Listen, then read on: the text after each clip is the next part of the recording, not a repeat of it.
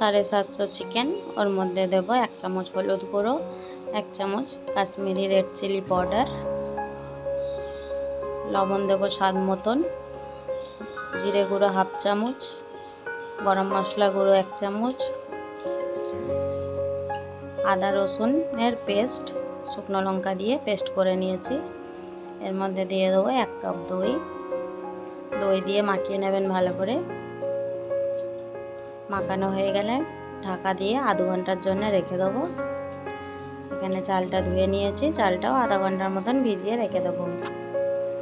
বড় বড় সাইজের আলু কেটে নিয়েছি।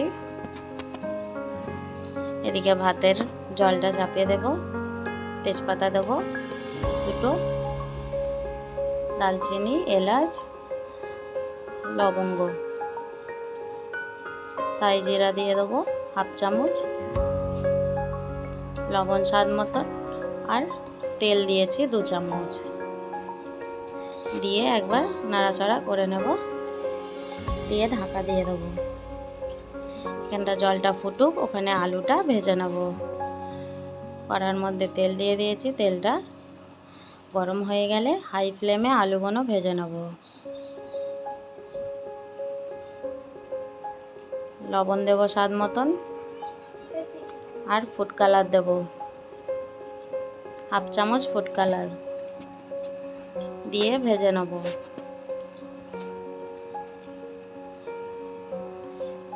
এখানে দিয়ে দেবো 1 চামচ আদা রসুনের পেস্টটা, যেটা চিকেনে ইউজ করেছি, ওই পেস্টটা দিয়ে দেবো। দিয়ে ভেজে নেব। ভাজা হয়ে গেলে আমি ছোট বাটির 1 বাটি জল দিয়েছি।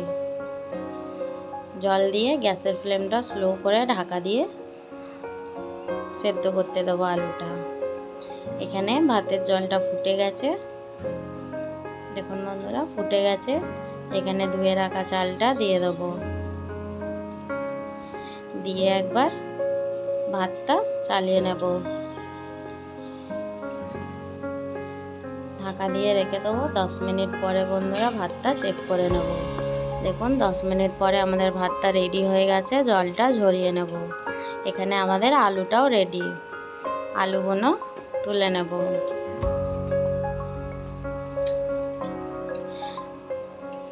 আলুর তেলের মধ্যেই ফোড়ন দিয়ে দেবো লং, এলাচ, দালচিনি আর 2টো তেজপাতা। ম্যারিনেট করা চিকেনটা দিয়ে দেবো তেলের মধ্যে। অবশ্যই গ্যাসের ফ্লেমটা হাই রাখবেন। দেখুন কতটা জল ছেড়েছে চিকেনের মধ্যে। এর মধ্যে দিয়ে দেবো এভারেস্টের বিরিয়ানির মশলা 2 চামচ। দেখুন বন্ধুরা আমরা এই মশলাটা ইউজ করেছি। দিয়ে হাই ফ্লেমে চিকেনটা ভাজা ভাজা মতন করে নেবো। দেখুন এদিকে আমার ভাজা হয়ে গেছে, চিকেনটা ভাজা হয়ে গেছে। এখানে আমাদের ব্রেস্তাটা ভেজে নেব।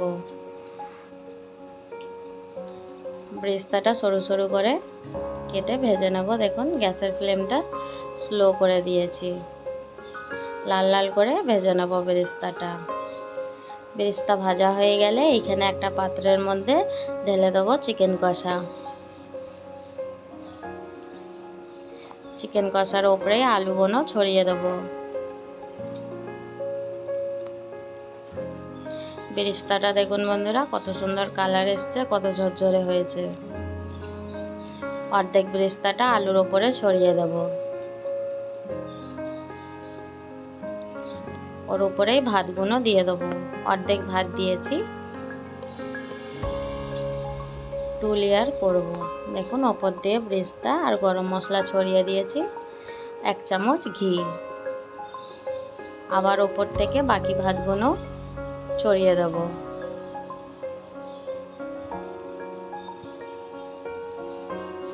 ঘি দিয়ে দেবো 2 চামচ। বিরিয়ানির মশলা 1 চামচ।